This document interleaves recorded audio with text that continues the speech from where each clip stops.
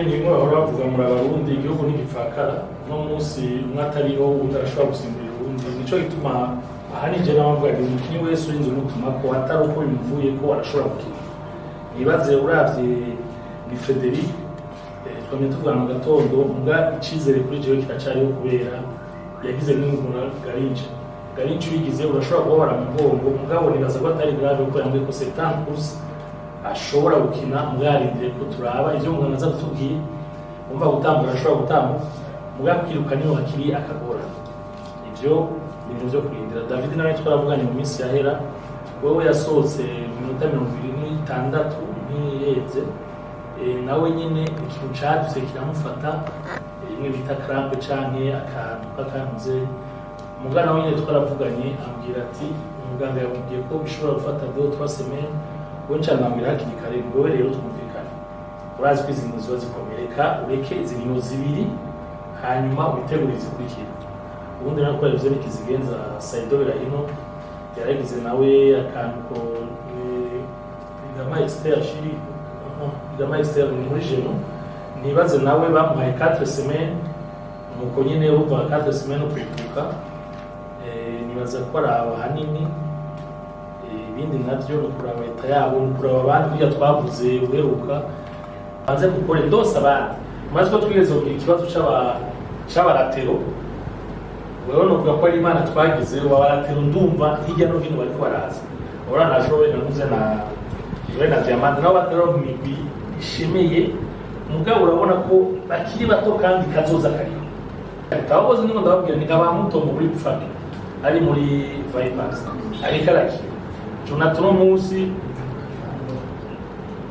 mugabo cyane mukora directeur mari titire oya banza gutenye rega ugiye nabi urashobora kwisambura byose uzurajira kuri ubwo bukwe buto uko ndasubiyemo twebwe ntabajwere muratohoza ntabajwere professionnel ni babicanye batatu professionnel sinatanga ifiso na fois passer muri MPP amira ati coach ngabo ndoro dutuka ibaza ngo uraturenganye twongereje staff y'abajuma mose y'abayemekiteye tuvuga tuti abareka turabe ko atakarushobozana uwo majuma mose davye ariko arakangamira umukinyira muba kubera iki yarakikiwe mugana aje ko majura aje ko encadrer des joueurs nico tumuzaniye donc wese yinjira muri staff kubera icyo ashoboye gufasha umukinnyi ubu hariho na Ndayiseje yaje kuba nibazo bajwe nuko mutakimuka kivuga zo baje wanje nawe nyine azana amaraso mashasha turari ko tugerageza yabishoboka twofagura umuryango wose umuntu nyame hama hari abantu bitoga ngo batanga amahera ngo bagiriki